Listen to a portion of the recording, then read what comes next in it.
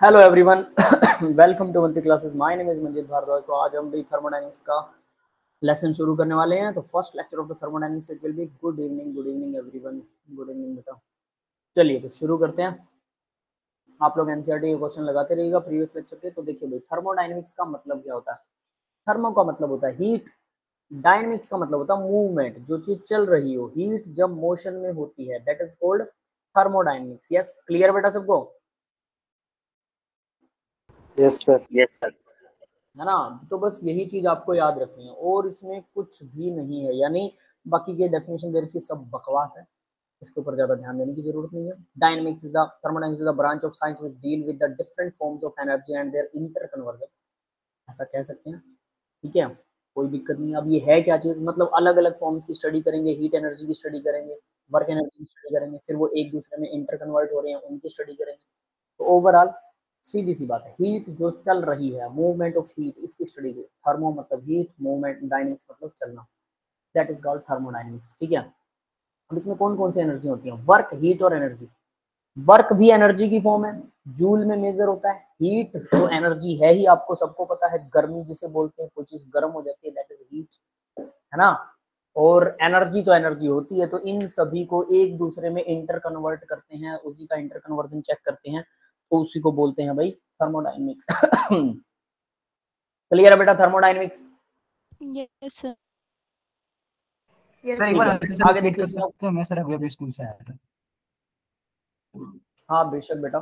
Thermo मतलब heat होता है, डायनेमिक्स मतलब चलना फिरना, मतलब मूवमेंट है। तो जब हीट या एनर्जी जो मूव करती है तो उनकी स्टडी को हम बोलते हैं थर्मोडायनेमिक्स। ठीक है। एनर्जी जो एक फॉर्म से दूसरी फॉर्म में मूव हो जाती है, चलती फिरती है, रिएक्शन में कितनी एनर्जी लगी, कितनी पहले थी, उन सब का जो कैलकुलेशन है वो थर्मोडायनेमिक्स के अंदर आता है। समझ में आ गया? Okay sir. है ना, बस जनरल चीज है और कुछ नहीं है। तो चलिए अब आगे बढ़ते हैं। इसमें बहुत सारी कुछ कॉमन टर्मिनोलॉजीज हैं, मतलब कॉमन टर्म्स को यूज करेंगे जो आपने पहले नहीं सुनी होंगी। ठीक है। थर्मोडायनेमिक्स के लिए अलग तरह की टर्म्स होती हैं। जनरल कहें तो जनरल कह सकते हैं, कोई डाउट नहीं है। लेकिन बेटा हर चीज को जनरल जनरल कहना वो अच्छी बात नहीं है, क्योंकि फिर साइंस उसको ना कंफ्यूज कर देती है। आप भूल जाओगे कि ये क्या था।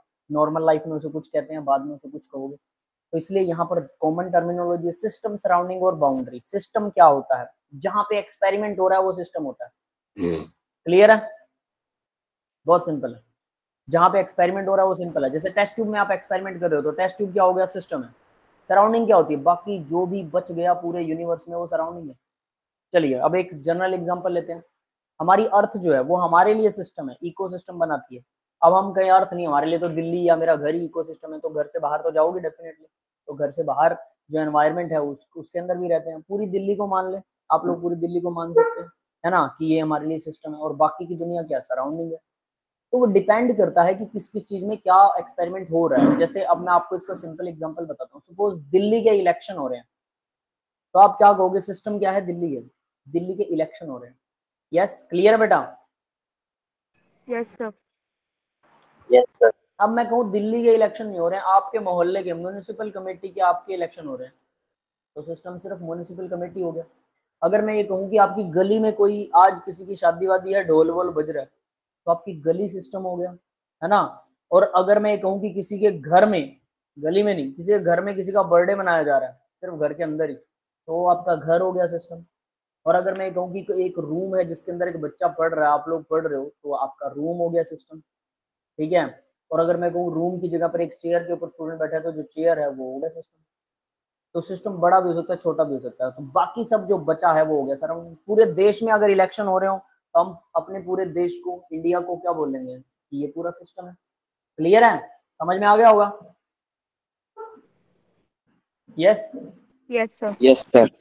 तो अब अगर मैं आप लोगों से पूछूं कि अर्थ अर्थ अगर पूरा सिस्टम अर्थ को बनाना चाहते हैं तो क्या एग्जांपल लेंगे और जिसमें आप कह सकेंगे ये पूरा सिस्टम अर्थ है, अर्थ जो है वो पूरा सिस्टम है? तो एग्जांपल बता सकते हैं? सर वेदर चेंज होना। वेदर पूरी अर्थ का चेंज होता है? नहीं सर, तो फ्लाई। किसी पर्टिकुलर एरिया का चेंज होता है। आपके यहाँ पे वेदर चेंज हो सकता है, मेरे यहाँ कुछ और हो सकता सर है ना। रोटेशन या रेवोल्यूशन। हाँ, ये कह सकते हैं कि सन के चारों तरफ अर्थ जैसे घूम रही है, तो पूरे अर्थ को सिस्टम मान के, और सन के चारों तरफ वो घूम रही है तो उसके बारे में बात कर रहे हैं। ठीक है। अब अगर पूरे सोलर सिस्टम को हम सिस्टम बनाना चाहें तो सोलर सिस्टम, उसके पीछे भी सिस्टम लगता है, देखिए ये साइंटिफिक है ना।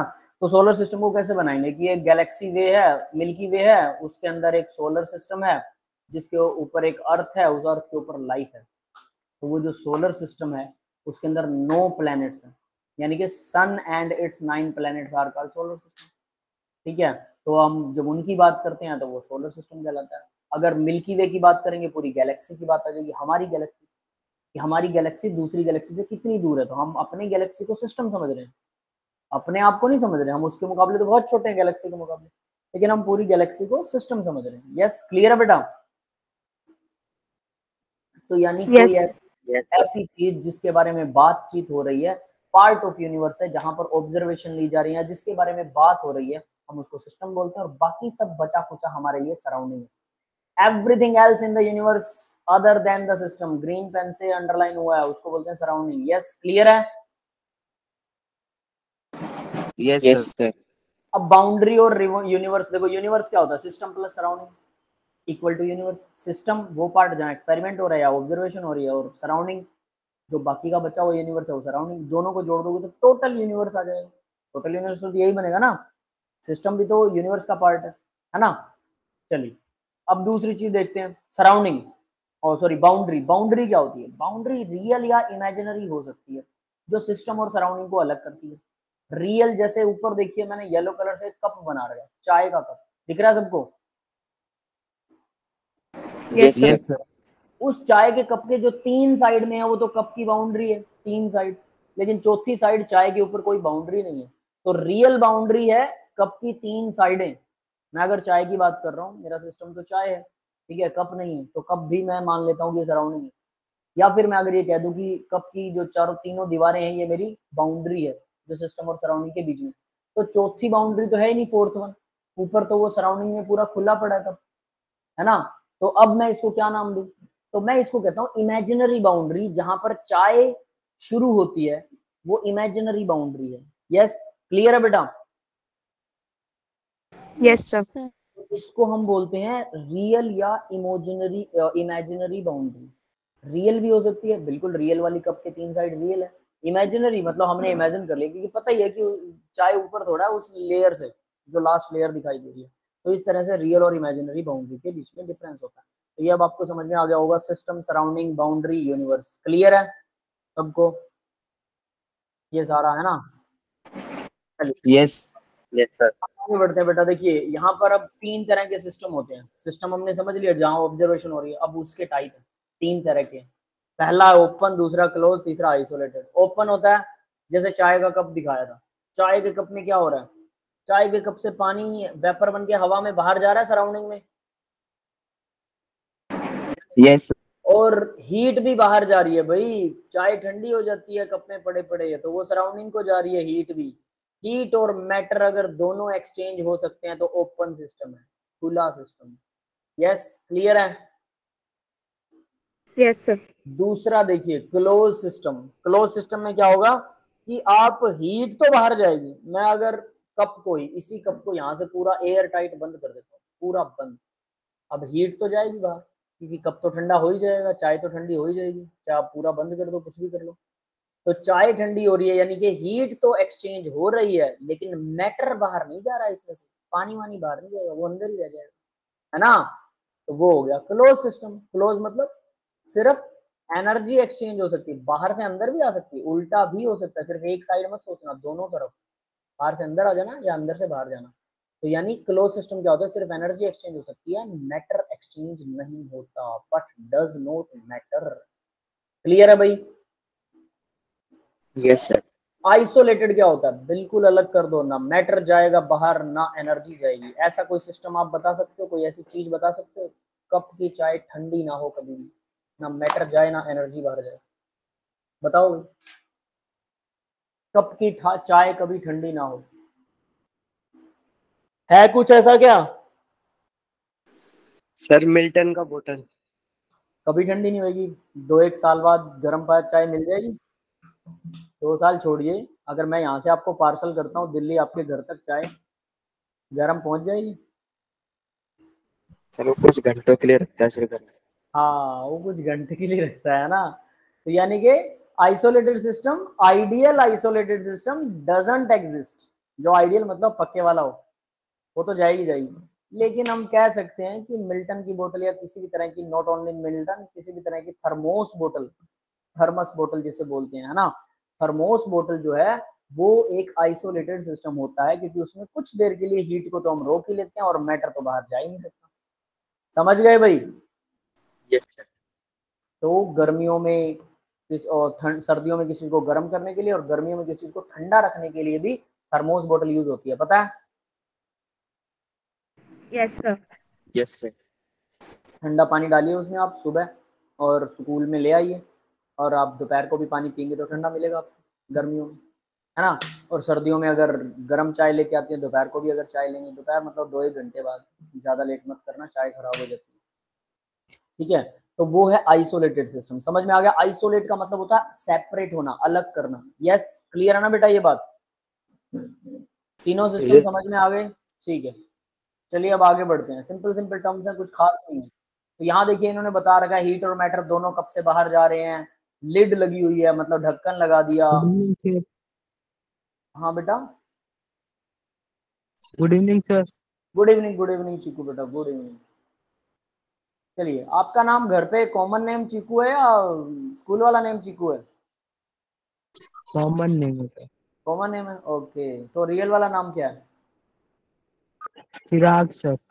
चिराग, चिराग से चीकू। यस, बहुत बढ़िया, सही है। सही हो गए। रियल नेम और कॉमन नेम में बहुत बड़ा डिफरेंस होता है, आपका आसपास है, बिल्कुल सही है। चीकू अच्छा नाम है वैसे, कॉमन नेम, है ना। चलिए, लिड। तो यहाँ पर लिड लगी हुई है, मेरा भी कॉमन नेम है। मुझे मनी भाई बोलते हैं कुछ लोग, कुछ माणी भाई बोलते हैं, है ना, कुछ माणी बोलते हैं। मेरे पापा मुझे माणी बोला करते थे, माणी। तो माणी से मनी बन गया, मणि, और फिर मनी पैसे वाला। तो इस तरह से मेरे 3 कॉमन नेम है, माणी, मनी, मनी।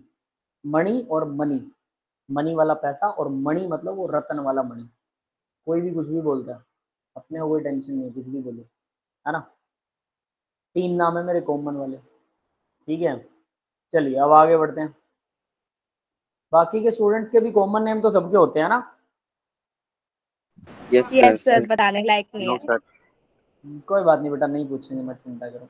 लेकिन एक चीज बताता हूँ, कुछ लोगों के कॉमन नेम जो होते हैं वो तो बड़े वाले नाम होते हैं, और जो दूसरे नेम होते हैं वो छोटे वाले नाम होते हैं। अब ये मुझे आज तक समझ में नहीं आया ऐसा क्यों। मतलब रियल वाले नेम तो हो गया मतलब छोटा सा कोई, और कॉमन नेम हो गया बड़ा। 1 मिनट रुकिए बेटा, जस्ट गिव मी 1 मिनट, मेरा एक कॉल आ रहा है।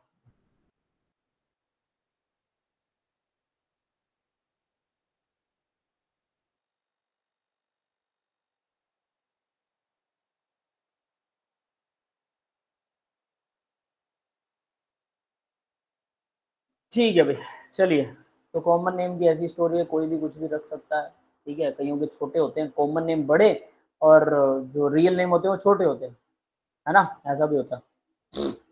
तो भाई पेरेंट्स के ऊपर है। नाम वैसे मैं कहता हूँ एक से ज़्यादा होने चाहिए, ये याद रख लेना, बहुत अच्छी बात है ये, बुरी बात नहीं है। और बहुत सारे होने चाहिए नाम, बंदा कंफ्यूज रहे इसको किस नाम से बुलाऊं। है ना, क्योंकि एक ही नाम ना गड़बड़ करता है। मैं आपको एक एग्जांपल बताता हूँ। मैं 7th पता नहीं 8th क्लास में था, नहीं 8th या 9th में था, 7th में तो नहीं था, 8th या 9th क्लास में था। हमारी क्लास में एक सरदार था, सरदार जी, उसका नाम था सुखविंदर। और हमारी क्लास के एक टीचर थे साइंस के, उनका नाम भी सुखविंदर था। अब रिसेस हो गई, तो सुखविंदर सर जो थे वो स्टेयर से नीचे उतर रहे थे, ठीक है। और वो लड़का भी, मेरा दोस्त भी, और वो जा रहा था अपने घर भाग के।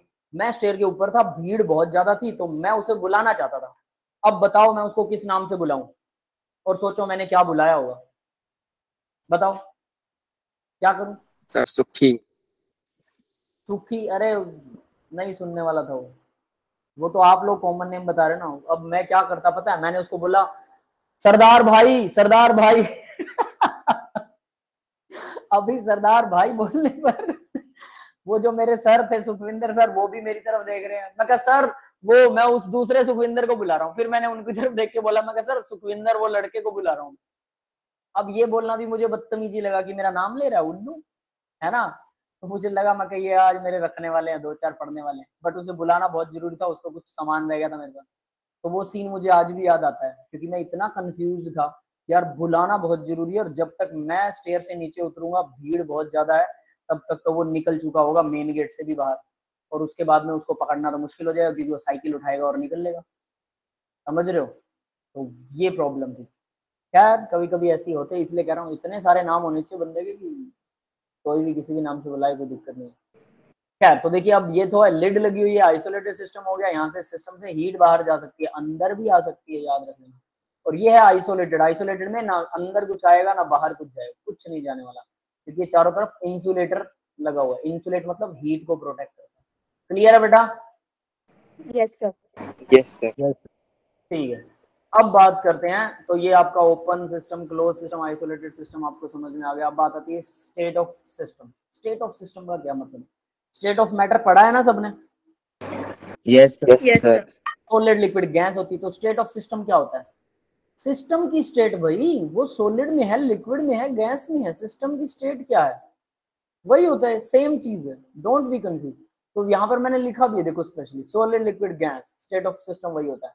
अगर आपको टेम्परेचर, प्रेशर और वॉल्यूम पता है किसी भी गैस का या किसी भी सॉलिड का या किसी भी लिक्विड का, तो आप उसकी स्टेट बता सकते हैं, अगर आप उसके बारे में थोड़ा बहुत अवेयर हैं तो, कि उसका बॉइलिंग पॉइंट क्या है, मेल्टिंग पॉइंट क्या है। तो मैं आपको टेम्परेचर दे दूं, प्रेशर दे दूं, तो आप बता देंगे कि सॉलिड है लिक्विड है। जैसे मैं बोलूं कि 50 डिग्री सेल्सियस या 100 डिग्री सेल्सियस पर लोहा है आपके पास, 1 kg लोहा है, 1 एटमॉस्फेयर प्रेशर और 100 डिग्री सेल्सियस पर है, तो बताइए जरा, वो सॉलिड होगा, लिक्विड होगा या गैस होगा?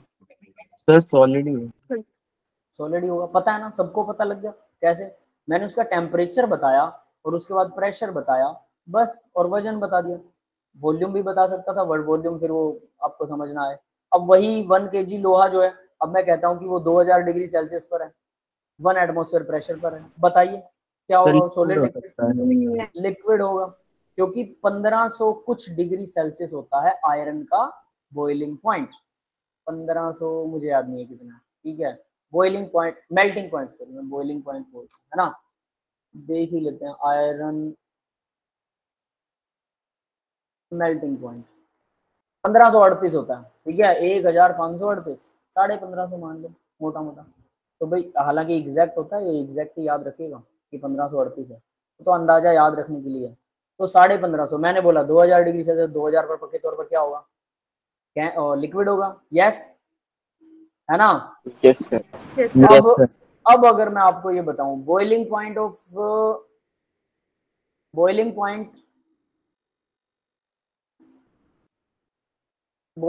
ऑफ आयरन किसी को पता है?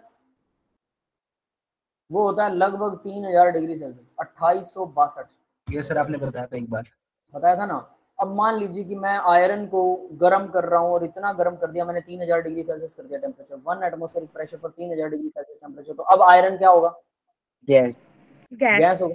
यानी मैं क्या बता रहा हूँ आपको, टेम्परेचर, प्रेशर और वॉल्यूम, अगर मैं ये 3 चीजें बता देता तो आप स्टेट ऑफ मैटर समझ जाते हैं कि ये क्या होगा, अगर आपको उनके मेल्टिंग बॉइलिंग पॉइंट पता है तो। वो बिल्कुल भी जीके नहीं है, जनरल नॉलेज नहीं है, तो फिर हम नहीं बता पाएंगे ना। वो तो ऑब्वियस है कि वो मटेरियल के बारे में हम कुछ जानते ही नहीं है, तो मटेरियल के बारे में आपको थोड़ी बहुत बेसिक नॉलेज तो होनी चाहिए, उसके बाद आप बता सकते हैं। तो यही वो स्टेट ऑफ सिस्टम है। यस, स्टेट ऑफ सिस्टम समझ में आ गया बेटा सबको? Yes yes sir. ठीक है। अब दूसरे नंबर पर आता है स्टेट फंक्शन। स्टेट फंक्शन क्या होता है भाई? स्टेट ऑफ मैटर जैसे है ना, तो वो स्टेट पर डिपेंड करता है, तो जो वो फंक्शन जो सिर्फ स्टेट पे डिपेंड करता है। मान लीजिए मैं आपको बोलूं कि मुझे 10 डिग्री सेल्सियस टेम्परेचर करना है किस चीज का? मिल्क है सपोज मेरे पास, मैं कहता हूँ कि इसको 10 डिग्री सेल्सियस टेम्परेचर के ऊपर आप इसे फ्रीज कर दीजिए, मतलब आप इसे फ्रिज में डाल देंगे और फ्रिज का टेम्परेचर सेट करेंगे लगभग 10 डिग्री सेल्सियस, है ना, तो फ्रिज हो जाएगा। स्टेट। अब कुछ बच्चे ऐसा हो सकता है आइस ले आएंगे, कुछ बच्चे कोई और साइंटिफिक इंस्ट्रूमेंट ले आएंगे, कुछ भी कीजिए, या मैं इसका रिवर्स कहूँ कि मुझे मिल्क का टेम्परेचर चाहिए 60 डिग्री सेल्सियस, 60, तो कुछ बच्चे क्या करेंगे? आग जलाएंगे चूल्हे से, कुछ बच्चे बर्नर यूज करेंगे, कुछ बच्चे हीटर यूज करेंगे, हीटिंग रोड यूज कर लेंगे कुछ लोग जो है वो क्या बोलते हैं, अवन यूज करेंगे, है ना। और कुछ बच्चे जो है वो उसको क्या बोलते हैं उसे, स्टोव के ऊपर या मिट्टी के तेल वाले उस पर या गैस के ऊपर, इस तरह से किसी भी तरीके से उसको गर्म करेंगे और 60 डिग्री ले आएंगे। तो क्या ये मैटर करता है कि 60 डिग्री टेम्परेचर कैसे आया? No sir. नहीं करता। मुझे 60 डिग्री चाहिए था, मुझे 60 डिग्री मिल गया, मैं क्यों पूछूं आप कैसे लेके आए, कोई फर्क नहीं पड़ा मुझे। तो इसको बोलते हैं स्टेट फंक्शन, जो सिर्फ मैटर की स्टेट पे डिपेंड करता है। Value depend only on the state of the system. Final stage मैंने लिखा उस पर, फाइनल स्टेट पे डिपेंड करती है, उसको किस रास्ते से आप 60 डिग्री पर लेके आए हो, इस बात से मुझे कोई फर्क नहीं पड़ता, या किस रास्ते से आप 10 डिग्री लेके आए हो, चाहे फ्रिज में डाला, चाहे बर्फ डाल के किया, कैसे भी किया आपने 10 डिग्री कर दिया टेम्परेचर, तो मुझे इस बात से कोई फर्क नहीं पड़ता। यस, क्लियर है बेटा सबको? Yes sir. Not depend upon the path, path यानी किस रास्ते से लेके आए हो, कोई फर्क नहीं पड़ता। तो स्टेट फंक्शन बहुत आसान है, फाइनल स्टेट पे डिपेंड करता है। अब बात आती है पाथ फंक्शन, जो पाथ पर डिपेंड करता है। अब बताओ भाई कौन सी चीज है जो रास्ते पे डिपेंड करेगी? आप लोगों ने मतलब एक बच्चे ने बर्नर यूज किया, गैस बर्नर, एक बच्चे ने अवन यूज किया, तो दोनों के रास्ते अलग अलग हैं, लेकिन लेके दोनों 60 डिग्री आए टेम्परेचर। तो बताओ क्या चीज है जो रास्ते पर डिपेंड करेगी, मतलब पाथ पर डिपेंड करेगी, और मैं उन बच्चों से कंसीडर करवाऊंगा कि भाई आपने कैसे किया, ये मुझे बताइए क्या चीज मैं ढूंढूं इसमें, सोचो जरा। सर जैसे प्रेशर चेंज करके भी स्टेट चेंज की जा सकती है, जरूरी नहीं कि टेम्परेचर ही चेंज करे। हाँ ठीक है, कोई बात नहीं, पर रास्ते पर डिपेंड करती है ना। यस सर, तो रास्ते अलग है। तो रास्ता अलग है लेकिन फाइनल स्टेज तो सेम है। Yes sir. तो क्या कहोगे कि क्या है पाथ फंक्शन? कौन सी चीज पाथ पे डिपेंड कर रही है? क्या आप कह रहे हो कि मतलब टेम्परेचर चेंज जो हुआ वो पाथ पे डिपेंड कर रहा था? टेम्परेचर तो 10 डिग्री बढ़ाओ या 10 डिग्री कम करो, मुझे कोई फर्क नहीं पड़ता किस रास्ते से कम किया है किस रास्ते से बढ़ा। समझ में आया? कुछ समझ में आ रहा है पाथ फंक्शन क्या होता है? थोड़ा कंफ्यूज हो गया ना? अब सुनिए, हीट जो है और वर्क जो है वो पाथ फंक्शन यहाँ पे लिखे भी हुए हैं, हीट और वर्क। अब ये कैसे पाथ फंक्शन है, ये आप लोग मेरे को एक्सप्लेन कर सकते हो? बताओ, 60 डिग्री सेल्सियस टेम्परेचर मैंने कर दिया तो हीट पाथ फंक्शन है। अब मैं ये पूछूं कि बेटा आप लोगों ने सबने, जितने भी आप स्टूडेंट हो क्लास के अंदर, मैं सबसे पूछूं कि आप सभी को अलग अलग 1 लीटर मिल्क दे दिया मैंने, और उसका सबको 60 डिग्री सेल्सियस टेम्परेचर करना है। सबने 60 डिग्री किया, मेरे को दिखाया, मैंने कहा ठीक है, चलो ठीक है, डन, दैट्स ऑल। तो ये तो हो गया स्टेट फंक्शन की स्टेट पे डिपेंड करता है, भाई मेरे को टेम्परेचर चाहिए था, आपने मेरे को टेम्परेचर दे दिया, तो टेम्परेचर हो गया स्टेट फंक्शन। अब पाथ फंक्शन क्या है? अब मैं अगर आपसे ये पूछूं हर बच्चे से, भाई कितनी हीट दी तूने, एक बच्चा बोलेगा मैंने 10 मिनट बर्नर चलाया, दूसरा बच्चा बोलेगा मैंने 2 मिनट अवन चलाया, तीसरा बच्चा बोलेगा मैंने तो लकड़ी गर्म करके जी 1 घंटा लगा दिया। तो 1 घंटे वाले ने तो बहुत हीट वेस्ट कर दी, बेशक हीट वेस्ट हुई है डेफिनेटली, लेकिन वो काउंट होगी। वो कहेगा सर मैंने तो 1000 जूल लगा दी, दूसरा कहेगा मैंने सर 100 जूल लगाई थी, तीसरा अवन वाला बोलता है सर मेरी तो सारी 70 जूल लगी। तो यानी कि सबकी हीट अलग अलग आ रही है। अगर मैंने हीट के बारे में पूछा तो हीट पार्ट फंक्शन है, तो मुझे ये जानना होगा कि मैं ये नहीं कह सकता कि तुम सबने 70 जूल एनर्जी लगाई क्या, क्योंकि आप सबके मेथड अलग थे, पाथ अलग थे, तो सबकी हीट का अमाउंट अलग अलग है। यस, क्लियर है ये बात? Yes sir. ध्यान से कीजिएगा, बहुत जरूरी टर्म है। पाथ फंक्शन बच्चों को समझ में नहीं आता। तो पाथ फंक्शन यानी कि अगर आपका पाथ अलग है तो उससे हीट के अमाउंट पे डिफरेंस पड़ जाएगा। वर्क भी पाथ फंक्शन होता है। वर्क कैसे पाथ फंक्शन होता है? सामने आपको एक चीज नजर आ रही है कि ये बड़ा सा 10 केजी का मान लीजिए आपके पास वेट है, आपको इसे ऊपर छत पे चढ़ाना है, ऊपर छत पे। तो ऊपर छत से जब इसे नीचे गिराएंगे तो एनर्जी तो एच जी, वो क्या होता है, एम एच जी के हिसाब से मिलेगी ना, मास इंटू हाइट इंटू जी, है ना? तो एनर्जी सबको सेम मिलेगी। अगर आप सबने इसको ऊपर चढ़ा दिया तो इसकी पोटेंशियल एनर्जी बिल्कुल सेम रहेगी सभी बच्चों ने, लेकिन एक बच्चा उसे लिफ्ट से चढ़ाता है, एक बच्चा उसे नीचे से ऊपर फेंक देता है, ठीक है, एक बच्चा खुद स्टेयर से जाता है, एक बच्चा लकड़ी वाली पौड़ी से जाता है, पौड़ी लेके आता है, एक बच्चा ऐसे है उसके पास कुछ होता ही नहीं है तो वो जंप लगा रहा है, दुखी हो रहा है, फिर कुछ और रस्सी वस्सी लेके आता है, फिर रस्सी लगा के ऊपर छत पे चढ़ता है रस्सी से, तो वो तो बहुत एनर्जी लगा दी उसने। तो इस तरह से आप लोगों की एनर्जी जो है वो अलग अलग होती है, वर्क आपका अलग अलग होता है, तो इसलिए वर्क भी क्या है, पाथ फंक्शन। यस, क्लियर है बेटा सबको? Yes sir. ये ध्यान रखिएगा, वर्क पाथ फंक्शन होता है। और हीट, देखिए दो चीजें हैं, वर्क और पाथ। इसके अलावा इसके अंदर इनके डेरिवेटिव्स हैं, हीट और वर्क से मिलकर बनने वाले दूसरे कुछ ऐसी चीजें हैं जो पाथ फंक्शन होती हैं, वो जब आएंगे तब मैं आपको बताऊंगा। उसके अलावा बाकी कोई पाथ फंक्शन नहीं है, सब स्टेट फंक्शन है। मतलब 3 4 4 लगा लो टोटल की, 4 आपके पास पाथ फंक्शन आएंगे, बाकी सब स्टेट फंक्शन है। यस क्लियर है? तो 2 तो आपको याद हो गए, 2 और याद कर लें। हाँ भाई समझ में आ गया सबको? Yes sir. ठीक है, तो चलिए तो आगे बढ़ते हैं। तो इसको जरूर याद रखिएगा, पाथ फंक्शन सिर्फ हीट और वर्क होता है। अब यहाँ पर इन्होंने दिखा रखा है पाथ फंक्शन की, भाई एक पी से आप आई से 1 से 2 की तरफ जा रहे हो, ऐसे क्यू पाथ से, आर पाथ से, पी पाथ से, या फिर मैं ऐसे करके ऐसे ऐसे ऐसे ऐसे करके यहाँ पर आ जाता हूँ। तो किसी भी तरह से पाथ जो है वो पाथ फंक्शन डिपेंड करता है पाथ के ऊपर, है ना। आपने छोटे वाला रास्ता लिया, लंबे वाला रास्ता लिया, और बड़े वाला, और बड़े वाला, या आप कभी जिंदगी भर पहुंचे ही नहीं, है ना, बुलाया कहीं था और पहुंच कहीं और ही गए, तो डेफिनेट सी बात है। क्लियर है बेटा वो ना?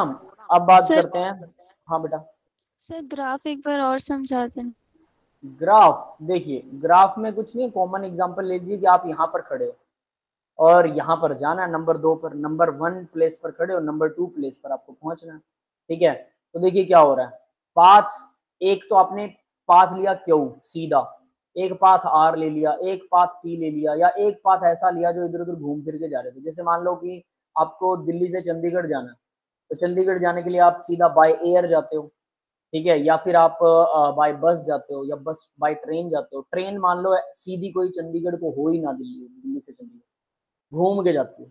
घूम के मतलब पहले यूपी जाएगी और ट्रेन यूपी से घूम के और इधर उधर टेढ़ी होकर फिर वापस आएगी चंडीगढ़।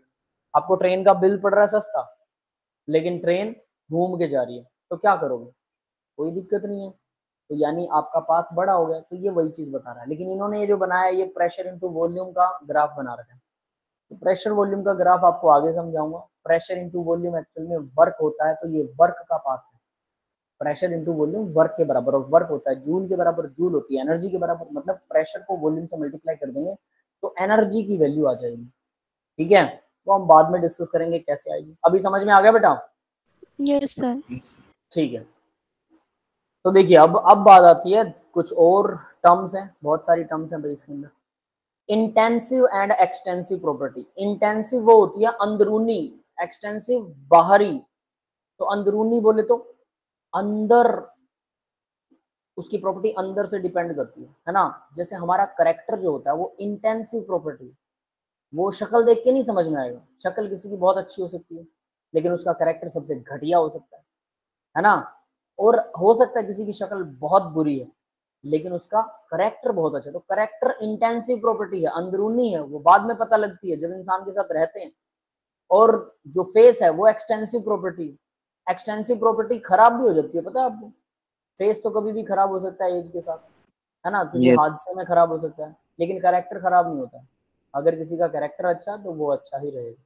हाँ आजकल लोगों का पता नहीं लगता, ये भी आप लोगों को पता है कौन कैसा है। हो सकता है 2 साल से आप किसी के साथ रह रहे हो और अचानक से पता लगे ये तो बहुत खराब इंसान है, क्योंकि इंसान का दिमाग ना बहुत खतरनाक मशीन होता है।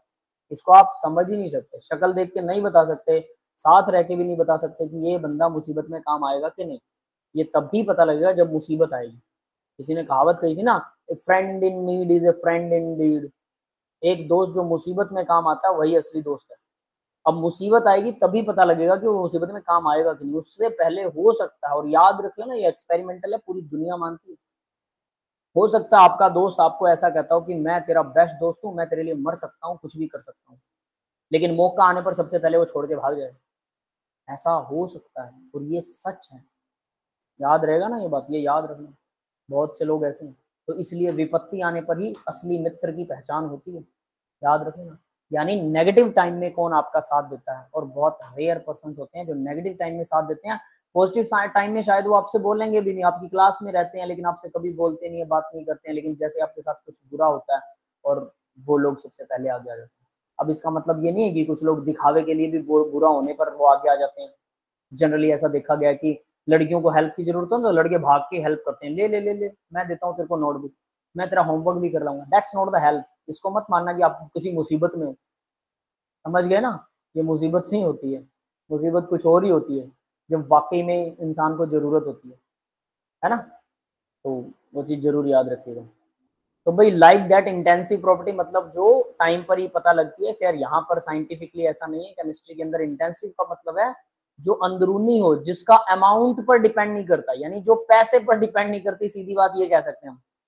कुछ लोग पैसा देख के दोस्ती डालते हैं, पैसा देख के उसके साथ रहते हैं, जैसे ही दूसरा अमीर आदमी मिल गया तो दोस्त बदल लेते हैं।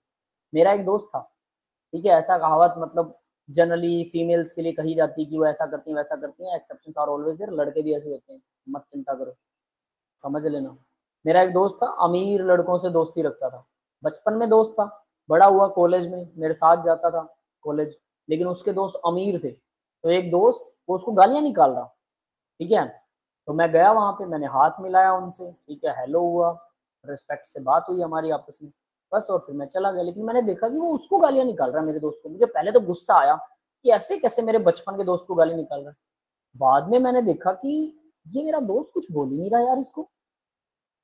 फिर मैंने कहा मैं इससे बाद में पूछूंगा, क्योंकि अभी तो सब दोस्तों की तरह खड़े थे, ठीक है, मैंने कहा इससे बाद में पूछूंगा। तो मैंने मेरे एक दूसरे दोस्त से बात की, तो उसने बोला भाई ये इनकी गाड़ी में घूमता है, इन दोस्तों के साथ फिल्म देखने जाता है, इनके साथ सारा दिन कैंटीन में फिरता है, सारा इनका पैसा उड़ाता है। तो कहते हैं गाली देंगे तो सुननी पड़ेगी इसे, डेफिनेटली सुननी पड़ेगी। समझ में आ रही है मेरी बात? लड़का लड़कों के साथ फिर रहा है और गाली दे रहे हैं तो उनकी गाली सुन रहा है, उनका गुलाम की तरह। मैंने कहा यार मुझसे तो वो लोग तमीज से बात करते हैं। कहते भैया हम उनका खाते थोड़ा है, उनको पता है कि अगर हमसे बदतमीजी की तो हम तो फिर लड़ पड़ेंगे उनसे। तो सोच लीजिए बेटा, लड़के भी ऐसे होते हैं, खाऊ पीऊ, बहुत टाइप है, बहुत, दुनिया में हर तरह का प्राणी है, जो आप सोच सकते हो वो है उस तरह का प्राणी। आप बुरे से बुरा इंसान जितना बुरा सोच सकते हैं वो पक्का मिलेगा, कोई ना कोई जरूर है दुनिया में। अच्छे से अच्छा सोच सकते हैं वो भी कहीं ना कहीं जरूर मिलेगा, ठीक है। डिपेंड करता है कि हमारे सामने नहीं आया या हम उसको परख नहीं पाए, है ना। तो यहाँ पर वैसा ही है कुछ, जो अमाउंट पर डिपेंड करे, जो पैसा देख के भागे, अमाउंट, पैसा जो अमाउंट पर डिपेंड करता है तो वो एक्सटेंसिव प्रॉपर्टी है, और जो अमाउंट पर डिपेंड नहीं करता, डोंट डिपेंड ऑन अमाउंट, वो होता है इंटेंसिव प्रॉपर्टी। तो कौन सा है जो डिपेंड नहीं करता अमाउंट के ऊपर भाई? जैसे मान लीजिए टेम्परेचर है, यहाँ पर एग्जांपल देखिए, मैंने एक बॉक्स लिया, बॉक्स के अंदर 25 डिग्री सेल्सियस टेम्परेचर था, मैंने इस बॉक्स का पार्टीशन कर दिया, तो क्या टेम्परेचर हाफ हो जाएगा दोनों तरफ? नहीं होने वाला ना, टेम्परेचर तो दोनों तरफ 25 ही सेम ही रहेगा टेम्परेचर, 25 ही रहेगा। जबकि मैंने गैस का अमाउंट 50% कर दिया, गैस का वॉल्यूम 50% हो गया, तो वॉल्यूम क्या है? एक्सटेंसिव प्रॉपर्टी, अमाउंट पे डिपेंड करता है। लेकिन टेम्परेचर क्या है? Intensive property. सेम रहेगा। क्लियर है? जैसे यहाँ पर देखो 100 लीटर वॉल्यूम था किसी गैस का, मैंने बीच में से पार्टीशन कर दिया तो दोनों तरफ 50-50 हो गए, ठीक है। अब बात करते हैं इंटेंसिव और एक्सटेंसिव प्रॉपर्टीज की कुछ और। टेम्परेचर हम एग्जांपल ले सकते हैं, बॉइलिंग पॉइंट, आप 10 ml पानी लीजिए, उसको बॉईल कीजिए, वो 100 डिग्री सेल्सियस पर बॉईल होगा। आप 100 ml लीजिए, वो भी 100 पर होगा। आप 10,000 किलो पानी लेंगे तब भी 100 डिग्री सेल्सियस पर ही पानी गर्म होने वाला है। यानी बॉइलिंग पॉइंट क्या है?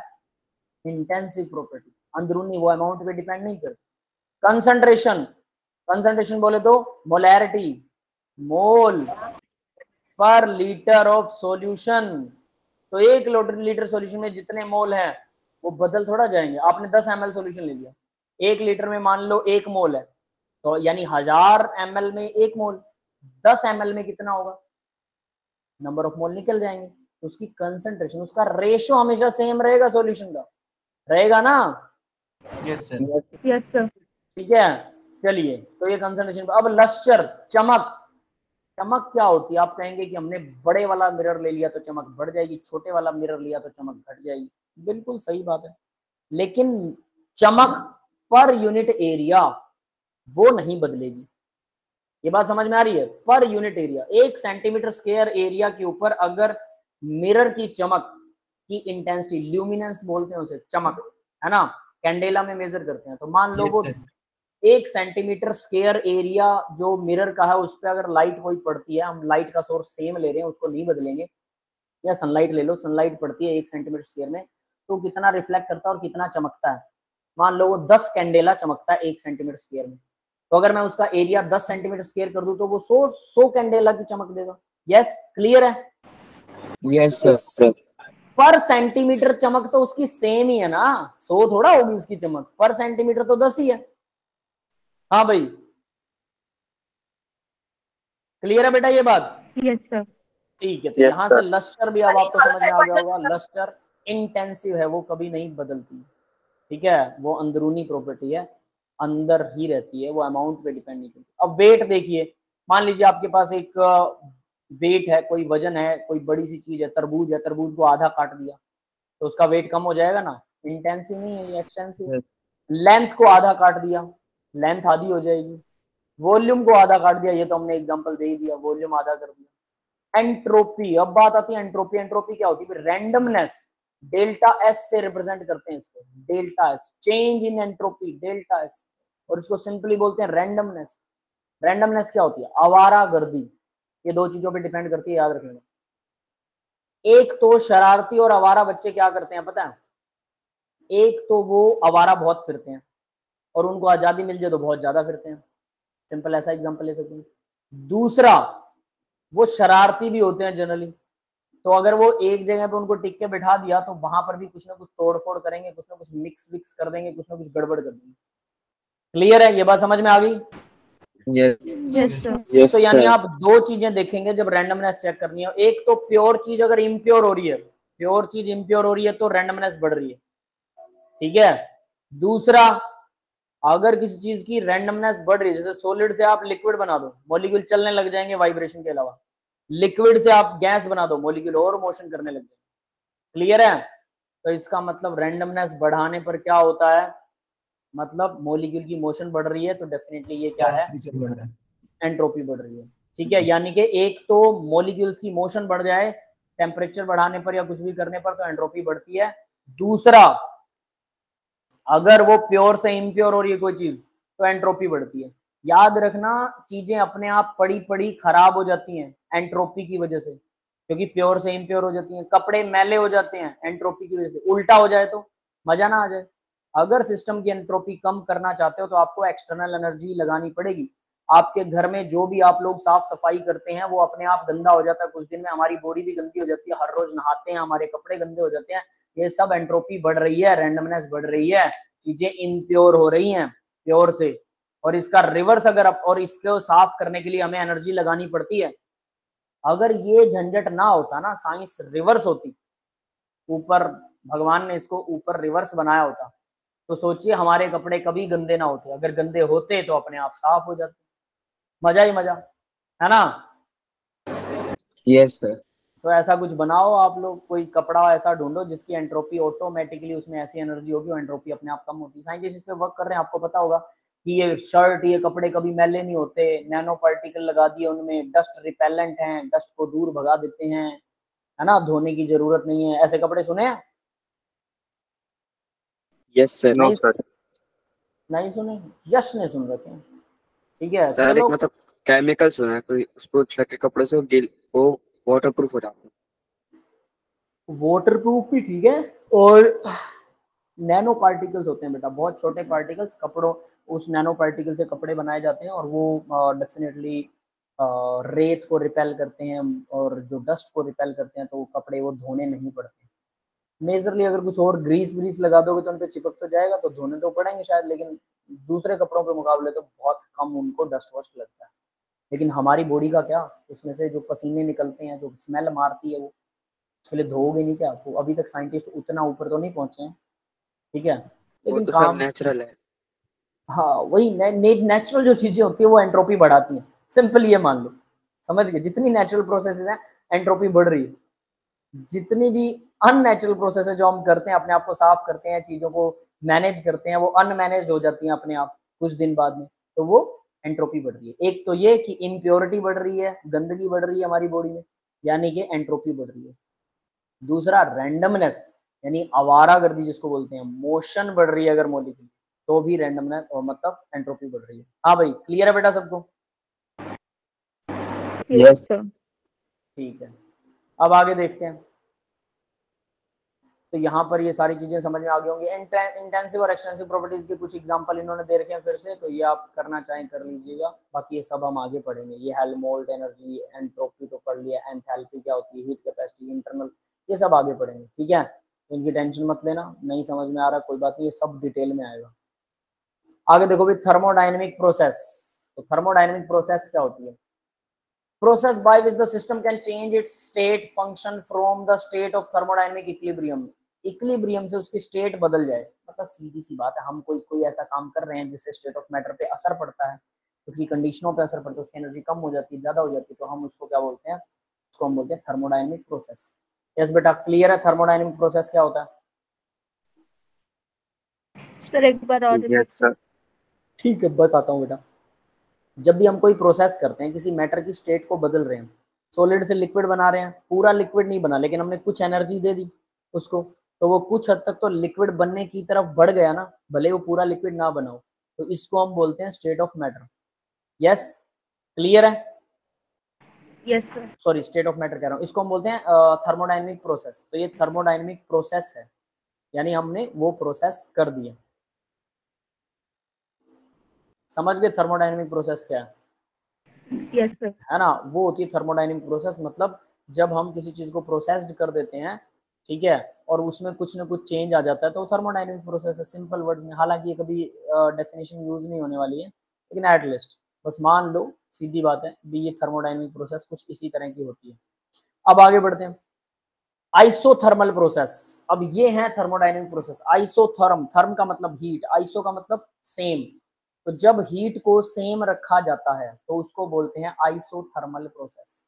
जब हीट सेम रहती है, यानी टेम्परेचर को कांस्टेंट रखती है। डीटी, थोड़ा, डी का मतलब बहुत छोटा चेंज, बहुत छोटा चेंज अगर टेम्परेचर में है और वो भी जीरो है, मतलब छोटा सा भी चेंज नहीं है, तो उसको और प्रोसेस हो रही है लेकिन टेम्परेचर चेंज नहीं हुआ थ्रू आउट द प्रोसेस, तो इसको बोलते हैं आइसोथर्मल प्रोसेस। यस, क्लियर है बेटा आइसोथर्मल प्रोसेस? सर एक बार और बता देना। ठीक है बेटा, देखो आइसो का मतलब होता है सेम, थर्मल का मतलब है हीट, यानी कि टेम्परेचर को अगर आप कांस्टेंट रखते हो, टेम्परेचर को कांस्टेंट करके कोई प्रोसेस कर रहे हो, प्रेशर वॉल्यूम बदल सकते हो लेकिन टेम्परेचर को नहीं बदलना, उसको बोलते हैं आइसोथर्मल प्रोसेस। हीट भी बढ़ा सकते हो, कम कर सकते हो, लेकिन फिर भी टेम्परेचर नहीं बदलना चाहिए। अब क्या ये पॉसिबल है हीट बढ़ा रहे हो लेकिन टेम्परेचर नहीं बदल रहा? नो सर, ऐसे ये पॉसिबल है, इसी लेक्चर में आगे आएगा, इसमें आएगा नहीं, नेक्स्ट लेक्चर में आएगा, ठीक है, आगे आएगा, ये पॉसिबल है। हीट तो सर बढ़ा रहे हो, टेम्परेचर काइनेटिक एनर्जी है ना, हाँ, काइनेटिक एनर्जी प्रोपोर्शनल बोलते हैं सर, पार्टिकल्स की काइनेटिक एनर्जी के प्रोपोर्शनल बोलते हैं टेम्परेचर को। काइनेटिक एनर्जी के प्रोपोर्शनल है, ठीक है, ये फिजिक्स में सीखा आपने? Yes, yes sir. हाँ सही है, वो भी बताऊंगा। तो मैं आपको एक सिंपल चीज बता देता हूँ, ये आधी अधूरी डेफिनेशन है, सर आपने हालांकि, बताया था है ना, हाँ वो बस, वाइब्रेट भी करते हैं। बिल्कुल वाइब्रेट भी करते हैं और वो भी करते हैं, कोई बात नहीं। तो वो सब चीजें होने के बावजूद हम टेम्परेचर को कांस्टेंट रख रहे हैं और एनर्जी दे रहे हैं, तो कहाँ जा रही है, तो हम इसके बारे में भी पढ़ेंगे। हीट कैपेसिटी एक कॉन्सेप्ट आता है, जब मैंने आपको जब भी बताया था वो टेम्परेचर वाला कॉन्सेप्ट, उसमें हीट कैपेसिटी नहीं समझाई थी आपको। अब हम यहाँ पर हीट कैपेसिटी भी समझेंगे और फिर हम टेम्परेचर को परफेक्टली याद करेंगे। समझ गए कि टेम्परेचर का बढ़ना, हीट का बढ़ना क्या होता है एक्चुअली, वो बाद में याद करेंगे, तो अभी नहीं। तो आइसोथर्मल प्रोसेस में ऐसा हो सकता है कि हम हीट दे रहे हो लेकिन टेम्परेचर ना बढ़े, ऐसा हो सकता है, ये अब याद रखना। क्लियर है बेटा? Yes yes sir. सर। आगे आता है एडियाबैटिक प्रोसेस। अब एडियाबैटिक प्रोसेस क्या होती है भाई, ये बहुत इंपॉर्टेंट है, याद रखना। इसके अंदर ना हीट नहीं बढ़ेगी, हीट नहीं बढ़ेगी, हीट चेंज जीरो होगा। उसके अलावा आप सिस्टम पे काम कर सकते हो, सिस्टम आप पर काम कर सकता है, कोई दिक्कत नहीं है। अब एक और चीज बता देता हूँ, सिस्टम और सराउंडिंग के अंदर, सिस्टम वो होता है जहां पे काम हो रहा होता है अपना, या प्रोसेस जो हम ऑब्जर्व करते हैं, सराउंडिंग बाकी यूनिवर्स होता है ना, और उस बाकी यूनिवर्स में हम आते हैं, क्योंकि हम कभी भी सिस्टम नहीं है, हमारे ऊपर हम खुद ही थोड़ा काम करेंगे कुछ, ऐसा थर्मोडायनेमिक्स में तो हम नहीं करते हैं, बाकी जगह पर करते होंगे कहीं ना कहीं, तो मैं मान सकता हूँ डेफिनेशन तो वही आपको यूज करनी है जो बताई गई है। बट यहाँ एक याद रखने वाली चीज है जिससे आपको बहुत ईजी हो जाएगा चीजों को याद रखना, वो क्या है कि थर्मोडायनेमिक्स के अंदर हम कभी भी सिस्टम नहीं होते, हम हमेशा सराउंडिंग होते हैं। ये बात याद रहेगी सबको? यस याद रखना, हम सराउंडिंग है, मतलब हम बाकी का यूनिवर्स है और सिस्टम सिर्फ उतना है जहाँ पे काम हो रहा है। तो यहाँ देखिए एडियाबैटिक प्रोसेस क्या होती है, जिसमें डी क्यू यानी हीट, क्यू से हीट, क्यू हीट को रिप्रेजेंट करता है, तो डी क्यू चेंज 0 होना चाहिए, उसको एडियाबेटिक प्रोसेस कहते हैं। आइसोलेटेड सेपरेट, अब यहाँ देख लेना ये चीज कि आइसोलेटेड जो सिस्टम होता है यानी कि सेपरेट सिस्टम होना चाहिए। Thermodynamic process which heat exchange, यहाँ पर इन्होंने सिंपल सी डेफिनेशन दी है लेकिन मैंने इसको थोड़ा अलग तरीके से किया है।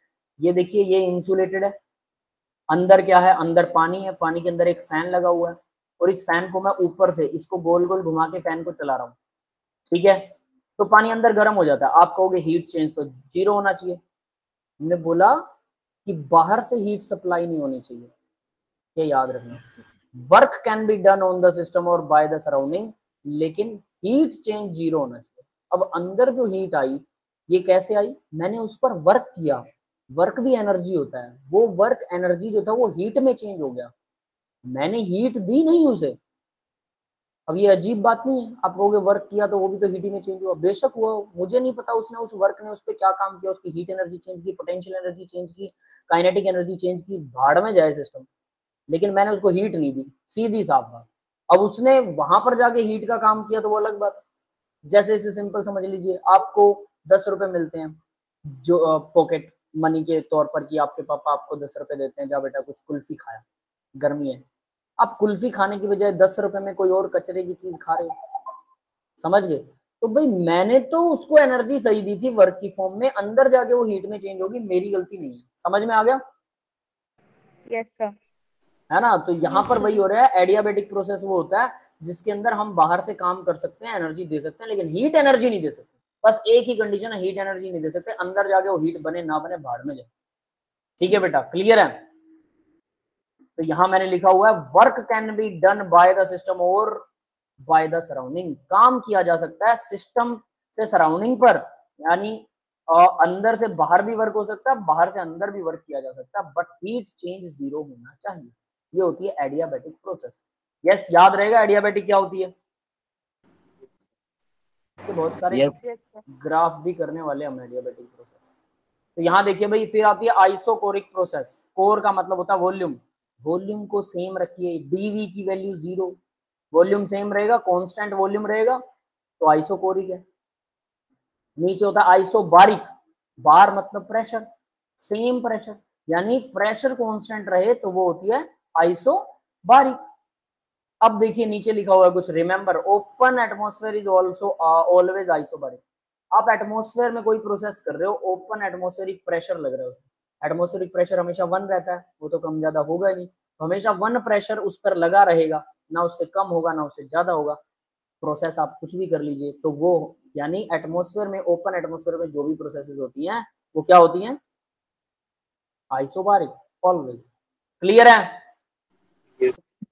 तो देखिए यहाँ पर आइसोबारिक प्रोसेस दिखा रखी है, ढक्कन खोल रखा है कुकर का, लिड खुला है और यहाँ प्रेशर 1 एटमॉस्फेयर पड़ रहा है, तो आइसोबारिक। आइसोकोरिक, कोरिक में क्या, वॉल्यूम कांस्टेंट, तो देखिए कुकर का ढक्कन बंद कर दिया, वॉल्यूम कांस्टेंट हो गया। ठीक है। एडियाबेटिक, सिस्टम पर काम किया जा सकता है, पिस्टन को नीचे दबाया जा सकता है, पिस्टन ऊपर भी जा सकता है, सिस्टम काम कर सकता है, सराउंडिंग काम कर सकती है सिस्टम के ऊपर, लेकिन ये जो एरो दिखा रखे हीट को एक्सचेंज नहीं होगा, यहां से बाहर नहीं निकल सकती हीट। क्लियर है? हाँ भाई, समझ में आ गया होगा एडियाबेटिक प्रोसेस। Yes sir. ये इंपॉर्टेंट है बेटा, ये जरूर अच्छे से कर लेना। आइसोथर्मल प्रोसेस, थर्म मतलब हीट कांस्टेंट, तो देखो ऊपर से टेम्परेचर ठंडा हो रहा है, ऊपर मटेरियल कुछ बाहर जा रहा है, हीट जा रही है, नीचे से मैं उसको हीट दे रहा हूँ, बराबर रख रहा हूँ कांस्टेंट, तो हीट होगी कांस्टेंट। क्लियर है? ऊपर से तो ठंडी होने वाली, लेकिन नीचे से मैं उसको कांस्टेंट रख देता हूँ। हाँ भाई, प्रोसेस सारी समझ में आ गई? Yes. ठीक है।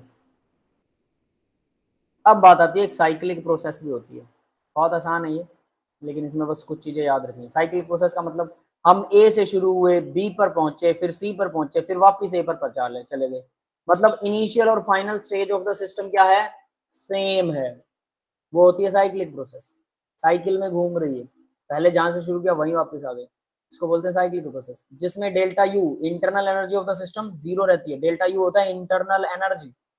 तो इंटरनल एनर्जी का चेंज क्या होगा, डेल्टा मतलब चेंज, तो इंटरनल एनर्जी का चेंज 0 होता है, कोई चेंज नहीं होता इंटरनल एनर्जी में।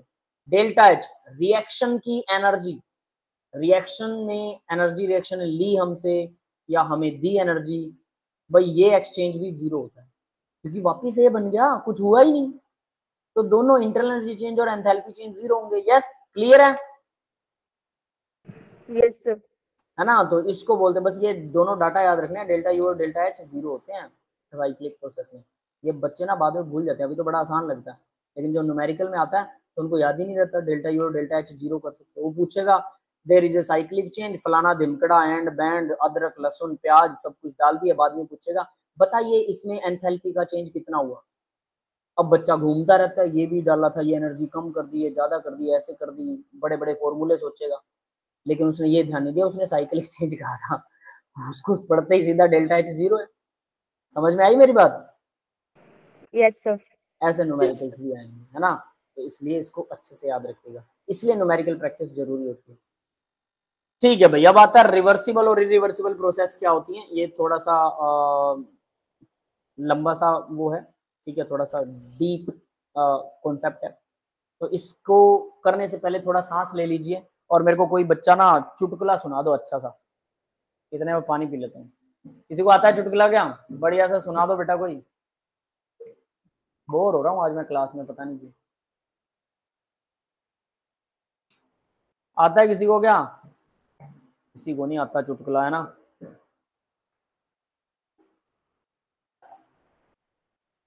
कोई कहानी सुना दो मेरे को, मैं भी आप लोगों को कहानियां सुनाता रहता हूँ। सर एक क्वेश्चन था साइंस का। हाँ बोलो बेटा। सर हम सब तो जानते कि लिक्विड को जब हीट देते तो वो गैस में चेंज होता है। हम्म। तो सर ऐसा कौन सा लिक्विड है जिसे हम हीट देते हैं बट वो सॉलिड में कन्वर्ट होता है? गर्म करने पर। देखो Yes, ऐसा sir. कोई लिक्विड नहीं हो सकता, कोई प्योर लिक्विड नहीं हो सकता ऐसा, ठीक है, लेकिन कोई दो चीजों का मिक्सचर हो सकता है और वो आपस में रिएक्ट कर लेंगे, रिएक्ट करने पर वो सॉलिड बना देंगे, रिएक्शन हो जाएगी chemical. Got it? Yes, sir. ऐसा हो सकता है। तो यानी कि कोई प्योर चीज ऐसी नहीं हो सकती कि हीट करने पर वो लिक्विड से सॉलिड बन जाए, ये पॉसिबल नहीं है। हाँ, दो अलग अलग लिक्विड्स को आपने मिक्स कर दिया और उनको गर्म करते उनके बीच में रिएक्शन हो गई, रिएक्शन होते वो सॉलिड बन गया, नया मटेरियल बन जाएगा। वो पुराने वाला दोनों नहीं रहेगा, वो नई चीज बन जाएगी, नया केमिकल बन जाएगा। क्लियर है? Yes. ठीक है, कुछ और? चलो भी शायद सर मैंने ना, हाँ बोलो बेटा। सर एक बार पिछली वाली स्लाइड दिखाना। पीछे वाली जरूर दिखाएंगे। ये लो सर साइक्लिक इसमें डेल्टा यू क्या था? Internal energy. इंटरनल एनर्जी ना नेक्स्ट लेक्चर के पहली स्लाइड में इंटरनल एनर्जी का ही डिस्क्रिप्शन दे रहेगा क्या होती है। इंटरनल एनर्जी मतलब इलेक्ट्रॉन की एनर्जी, प्रोटॉन की एनर्जी, न्यूट्रॉन की एनर्जी, फलाना धिमकड़ा, सब सारी पूरी सब्जी की एनर्जी।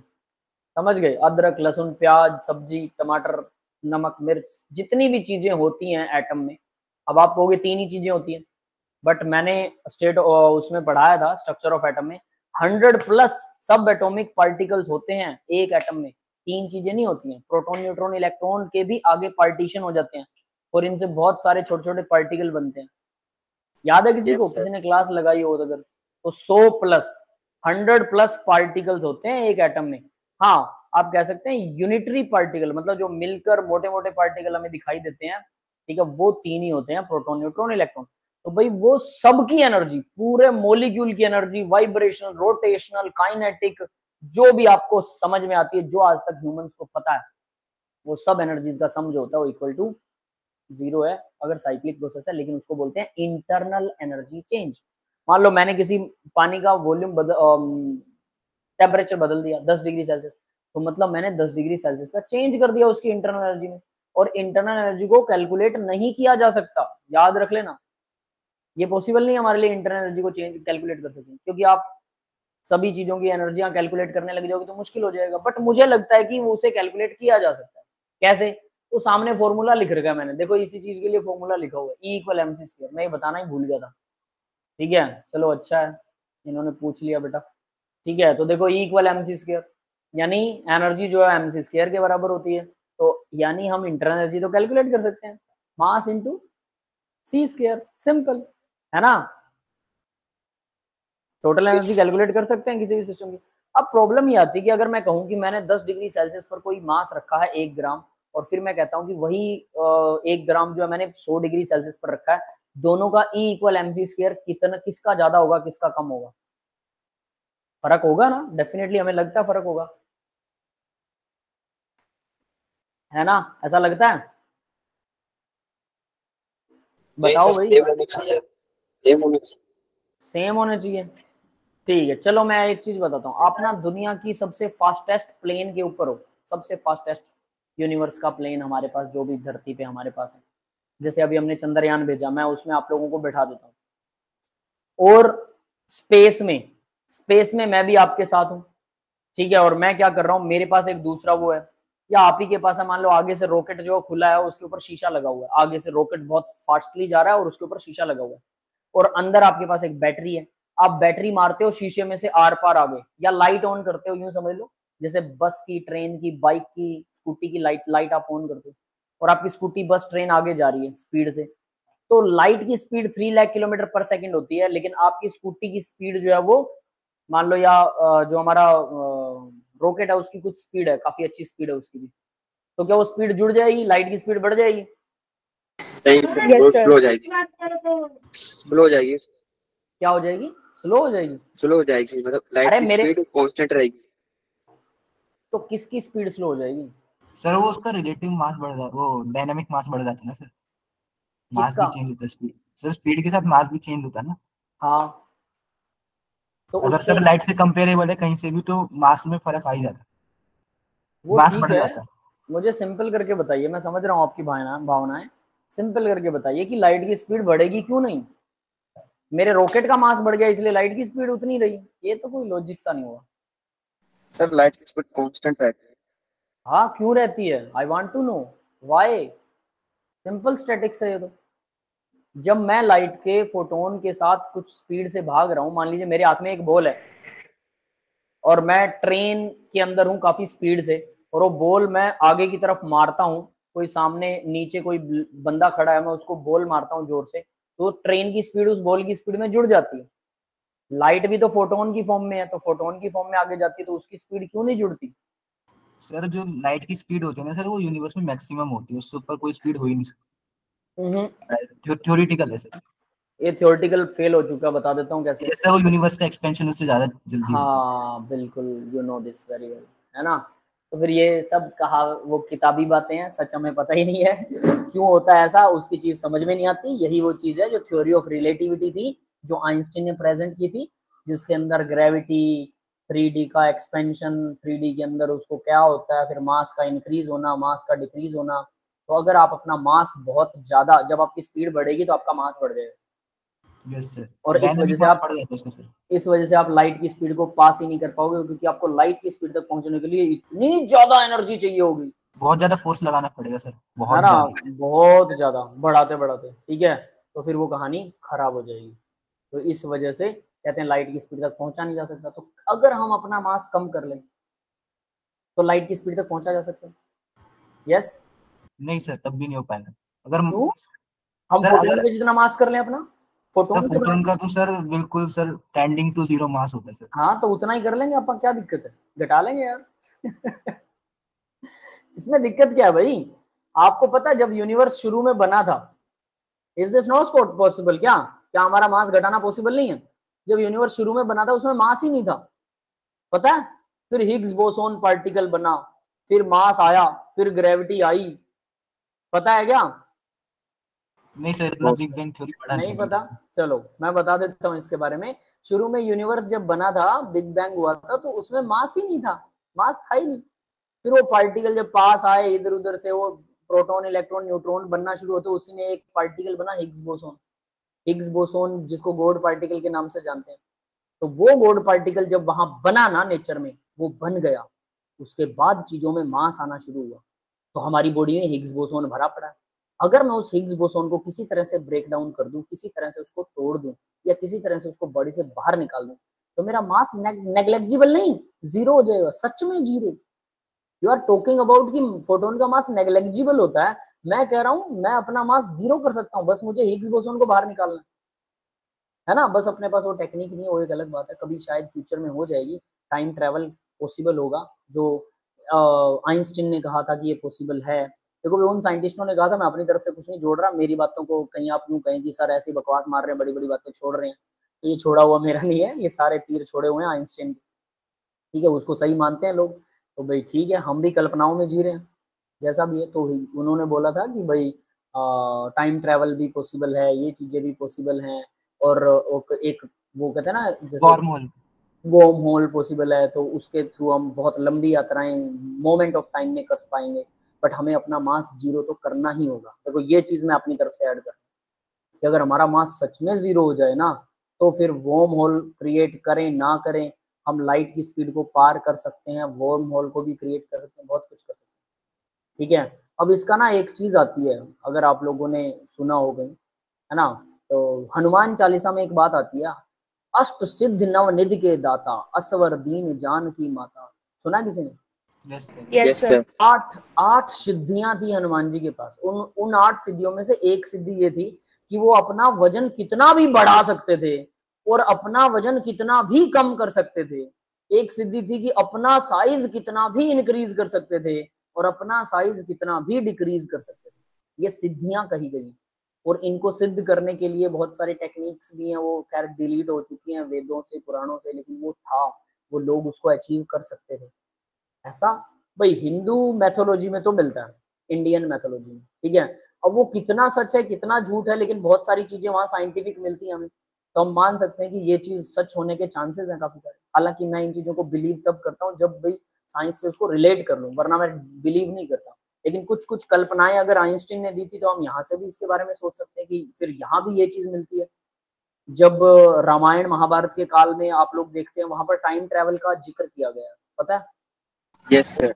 एक किस्सा सुनाता हूँ छोटा सा टाइम ट्रेवल के बारे में, कि जो बलराम थे, भगवान कृष्ण के भाई थे, बड़े भाई बलराम, तो बलराम की शादी एक लड़की से हुई थी, और वो लड़की कहते हैं सतयुग की से आई थी, यस सर, है ना, पता है भाई, कृष्णा को पता है ना, तो वो सतयुग से आई थी, नाम कृष्णा है तो पता होगा ही। सर वो ब्रह्मा जी के पास गई थी, तो हाँ, तो वो उनके जो फादर थे पहुंची ना, तो सर द्वापर युग लग गया था। हाँ, वो फादर से जो उनके, तो उनके फादर ने, उस लड़की के फादर ने और उस लड़की ने देवताओं की तरफ से युद्ध लड़ा था, ठीक है, और राक्षसों के साथ युद्ध लड़ा था। तो जब तक वो युद्ध खत्म हुआ, तब तक क्या था कि युग बदल गया, ठीक है। तो फिर उसके बाद में मतलब उसके बाद वो ब्रह्मा जी से मिलने गए कि भाई मेरी लड़की का ऐसे ऐसे करके शादी करनी है, तो वो और टाइम बीत गया। तो ब्रह्मा जी से फिर उन्होंने पूछा कि नीचे तो बहुत टाइम बीत चुका है, तो ब्रह्मा जी ने कहा कि आपकी लड़की के योग्य सिर्फ एक ही वर है, भगवान कृष्ण के भाई है, उन्हीं से इसकी शादी हो सकती है, क्योंकि वो कन्यादान करना चाहते थे कि ये तो एक कन्यादान जो बहुत बड़ा पुण्य माना जाता है ना। तो फिर उन्होंने बोला कि ठीक है। फिर जब वो वहां गए, तो अब उनको लगा कि उनका साइज बड़ा था, लड़की का साइज बहुत बड़ा था बलराम से। तो फिर भगवान कृष्ण से उन्होंने रिक्वेस्ट की, तो बलराम कहते यार ये क्या सिस्टम है, कहते ये इतनी बड़ी है, मेरे से शादी कर रही है, तो ये तो भयंकर साइज है इसका। तो भगवान ने कहा कि भाई तेरे पास जो हल है ना, जो तेरा हथियार है, उसको उठा, इसके ऊपर रख, ये छोटी हो जाएगी, तेरे साइज की हो जाएगी। तो ऐसा मतलब ऐसा जिक्र आता है जहां टाइम ट्रेवल का सिस्टम समझ में आता है, समझ गए।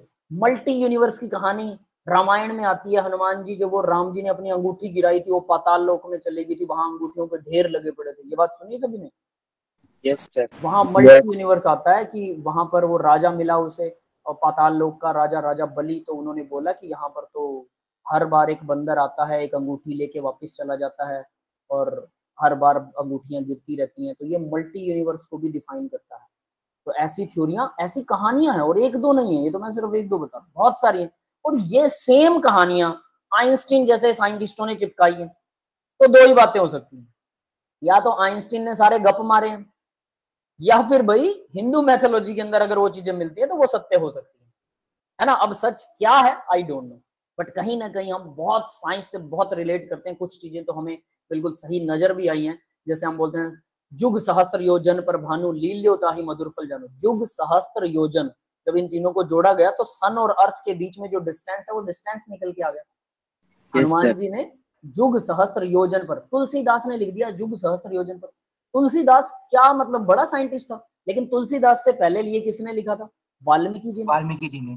वाल्मीकि जी को पता था, तुलसीदास तो घंटा था, उसने तो सिर्फ फोटो वो ट्रांसलेट किया था अवधि में है ना। उन्होंने तो सिर्फ ट्रांसलेट किया था, उसको तो पता ही नहीं था तुलसीदास को क्या लिख रहे होंगे। लेकिन यानी वाल्मीकि जी को पता था, हजारों साल पहले ये हमें पता था, हमारे उनमें आता है ग्रंथों में कि कितना डिस्टेंस है उसका, मतलब वो लोग प्योर साइंटिफिक कुछ तो अच्छा जानते थे हमसे, है ना। और सोचिए नासा की ऑब्जर्वेटरी, आपको एक कमाल की बात बताता हूँ, नासा की ऑब्जर्वेटरी क्या बताती है पता है? नासा कहती है 1950 पता नहीं 1951 से नासा की ऑब्जर्वेटरी ने हमें ये बताना शुरू किया कि चंद्र ग्रहण इतने मिनट पे लगेगा, इस जगह पे लगेगा, इतनी देर के लिए लगेगा, इतना लगेगा, आंशिक लगेगा, पूर्ण लगेगा, आधा लगेगा, कैसा लगेगा, किस जगह पर दिखाई देगा। लेकिन अगर आप पंचांग देखते हो, हिंदू मैथोलॉजी के पंचांग जो एक पुजारी देखता है, अनपढ़ होता है पुजारी, ज्यादातर वही पुजारी बनते हैं जो अनपढ़ रह जाते हैं, याद रखना 5वीं 10वीं पास होता है मुश्किल। वो पुजारी पंचांग 20 रुपए की किताब आती है, 20 रुपए की किताब, हजारों साल पहले से आ रही है, वो हजारों साल से चल रहा है, वो एक 5 मिनट में देख के बता देता है कि इस साल इतने इतने पंचांग और इतने इतने जगह पर इतने ग्रहण होंगे, ये सूर्य ग्रहण होंगे, चंद्र ग्रहण होंगे। और उस टाइम पे सूतक लग जाता है, बोलते हैं घर से बाहर नहीं जाना। आज डॉक्टर हमें समझाते हैं तो अल्ट्रावायलेट रेडिएशन सन की ज्यादा हो जाती है, इसलिए घर से बाहर मत जाओ। तो वो लोग गधे थे या हिंदू मैथोलॉजी के अंदर उनको कहां से पता भाई कि सूर्य ग्रहण कैसे लगेगा? ये तो साइंस से प्योर रिलेट करती है बात, कि उन्हें पता था। लेकिन प्रॉब्लम ये कि रीजन भूल गए वो लोग कि अर्थ गोल है, सूर्य उसके चारों तरफ घूमता है, ये सब बातें पता थी तभी तो उनको कैलकुलेशन कर पाए वो कि सूर्य ग्रहण कैसे लगता है, चंद्र ग्रहण कैसे लगता है, बिल्कुल प्योर कैलकुलेशन। और हजारों सालों से ये नासा ने तो 1950 मतलब सिर्फ 70 साल पहले, 70-75 साल पहले नासा को भी नहीं पता था कि सूर्य ग्रहण कैसे लगते हैं, चंद्र ग्रहण कैसे। 1600 ईस्वी में तो ये पता लगा, वास्को डी गामा भारत आया कि धरती गोल है, उसने बोला 1600 ईस्वी में। आज से सारे 2000 चल रहा है, 400 साल पहले। तो हम लोग तो उससे पहले से ये बता रहे हैं सूर्य ग्रहण चंद्र ग्रहण, तो हमें तो पहले से पता है, डेफिनेटली पता है। तो उनकी साइंस बहुत डेवलप थी, डेफिनेटली एंशिएंट साइंस जो थी बहुत डेवलप थी, लेकिन हम उसके बीच की कड़ी भूल गए हैं। इसी वजह से हम लोग कई बार बोलते हैं ना कि मम्मी पापा जाते हैं पूजा वगैरह करने के लिए, कुछ और टोटके कर रहे होते हैं, तो हमें लगता है ये तो पाखंड है, हम तो साइंस के स्टूडेंट हैं। भाई उनकी साइंस हमसे बेटर थी। हो सकता है कि वो पाखंड जो आपको नजर आ रहा है उसका कोई साइंटिफिक रीजन हो बैकवर्ड में, जो हम मूर्खों को नहीं पता। तो अपने आप को सर करने का तरीका भी गलत हो गया, हो सकता है तरीका भी गलत हो गया, हो सकता है तरीका सही हो लेकिन हम उसका रीजन भूल गए हो। जैसे कुंभ स्नान किया जाता है, कुंभ स्नान 12 सालों में मेला आता है ना, कुंभ का मेला, सबने सुना, फिल्मों में देखा है। बृहस्पति ग्रह, वीनस ग्रह 12 सालों में सन के चारों तरफ एक चक्कर काटता है, मतलब उसका एक साल अर्थ के 12 साल के बराबर होता है। तो उसका भाई नए साल का नया मतलब वो अब उसका साल पूरा हो गया, उस उपलक्ष्य में नहाया जाता है। कमाल है, ये कैलकुलेशन हमें पहले से पता है, लिखी भी हुई है कि कुंभ स्नान बृहस्पति यानी गुरु ग्रह के उपलक्ष्य में, नए साल के उपलक्ष्य में स्नान किया जाता है। उसी नदी में क्यों, संगम में स्नान क्यों, कहां पर होता है, क्यों होता है, अब उसका साइंटिफिक रीजन नहीं पता हमें, लेकिन ये पता लग गया कि 12 साल पहले, मतलब 12 सालों में वो आता है और ये साइंटिफिक है कि यानी साइंस की गणनाओं पर आधारित है ये, तो कुछ शायद लिंक होगा उस नहाने का भी। नहीं पता क्या रीजन है, मैं भी नहीं जानता, लेकिन अगर इतनी बड़ी बात हमें पता थी तो वो लोग इतने पागल तो नहीं थे कि सारे बेवकूफों की तरह नहाने के लिए जा रहे हैं नदियों के ऊपर कि हाँ हाँ आज तो कुंभ है भाई, महाकुंभ आता है। समझ रहे हो, कुंभ हर साल आता है लेकिन 12 सालों में एक बार महाकुंभ आता है, याद रख लेना। तो ये साइंटिफिक है, यानी हम मूर्ख हो सकते हैं, हमारी पढ़ाई खत्म हो गई थी, हमें पीछे की चीजें नहीं पता। तो अगर किसी चीज में आपको गलत नजर नहीं आता, बता रहा हूं ध्यान से सुनना, किसी चीज में गलत नजर नहीं आता तो उसको फॉलो किया जा सकता है, तो आप उसे फॉलो कर सकते हो, क्या पता उसके पीछे गहरा साइंटिफिक रीजन। हाँ, किसी चीज में आपको लगता है कि यार ये तो प्योर ही गलत है, इसका कोई साइंटिफिक रीजन तो बन नहीं रहा बल्कि नेगेटिव रीजन बन रहा है साइंस के हिसाब से, तो आप कुछ दिन के लिए उसको या कुछ सालों के लिए उसको नहीं करना चाहते तो कोई बात नहीं। बट जिस चीज का कोई, जो किसी को खराब नहीं कर रही, किसी के लिए तकलीफ दे नहीं है, उन आचरणों को लगातार अगली पीढ़ी तक ले जाना कोई बुरी बात नहीं है, क्योंकि हो सकता है अगली पीढ़ी तक आते आते उसमें कुछ साइंस निकल आए और हम लोग कुछ बेटर तरक्की कर पाए और कुछ बेटर कर पाए। समझ में आ रही बात, ये याद रखना जरूर। चलिए भाई, तो अब हम अपने टॉपिक पर आते हैं, रिवर्सिबल प्रोसेस क्या होता है। देखो, रिवर्सिबल प्रोसेस को सिंपल बोलूंगा, जो बहुत ही छोटे स्टेप में हो। कितने छोटे? इतने छोटे कि उसे मापा ही ना जा सके, अनमेजरेबल, इनफाइनाइटली स्मॉल स्टेप में हो, इनफाइनाइटली टाइम ले। दो चीजें इनफाइनाइट है, इनफाइनाइटली स्मॉल, इनफाइनाइटली टाइम, वो होती है रिवर्सिबल प्रोसेस। यस, क्लियर है सबको? अब ये कैसे होती है वो बताता हूं। जैसे ये स्टेयर है, अब हमें लगेगा स्टेयर के ऊपर आप जा सकते हैं, ऊपर जा सकते हैं, ये आप ऊपर पहुंच गए, ये रहे। नीचे आ सकते हैं, नीचे आ गए। अब मैं कहता हूं जैसे ऊपर गए थे वैसे ही नीचे आना है, मुंह उसी तरफ रखना है नीचे आते टाइम। यस, ऐसा कर सकते हैं? सर गिर सकते हैं। गिर सकते हैं लेकिन फिर भी कर सकते हैं, नो वे, यस है ना, किया जा सकता है, थोड़ा ध्यान से करें तो कोई दिक्कत नहीं है। अब मैं कहूँ कि एक कंडीशन डाल दो, एक और कंडीशन, और वो क्या, सोचिए जरा। मैं ये कहूँ कि जहां पैर रखा था वहीं पैर रखना है नीचे आते टाइम, ये भी शायद पूरा कर लेंगे, थोड़ा सा उस निशान को मार्क वगैरह लगा लें, जो आपको करना कीजिए, उसे पूरा किया जा सकता है। अब मैं एक और कंडीशन डाल दूं, मैं ये कहूं कि जब आप हवा में आपका पैर था, तो जिस जगह हवा में पैर वाइब्रेट कर रहा था, हमारे पैर वाइब्रेट करते हैं, हाथ भी वाइब्रेट करते हैं, पता है? चलो इसका एक सिंपल एग्जांपल देता हूँ। आपके फोन के अंदर ये स्क्रीन है, दिखाई दे रही है स्क्रीन सबको, मेरे फोन की? Yes sir. यस और सर। कभी-कभी दिख रही है ना, अब देखिए मैं परमानेंटली दिखाता हूँ इसको। इस स्क्रीन का आपको ना सामने एक लाइट बल्ब दिखाई दे रहा हो, अब दिख रही होगी स्क्रीन। Yes sir. ये लाइट बल्ब आप पे रिफ्लेक्स डाल रहा है ना, सीधा सीधा, यानी मैंने लाइट उस तरफ है, उधर से इधर आ रही है और फिर ऐसे जा रही है। तो ऐसा फ्लैश आपने सनलाइट में भी लगाया होगा शीशे से, दूसरों को इरिटेट करने के लिए बचपन में। अभी भी लगाते हैं। अब भाई बचपन में हमने तो लगाया।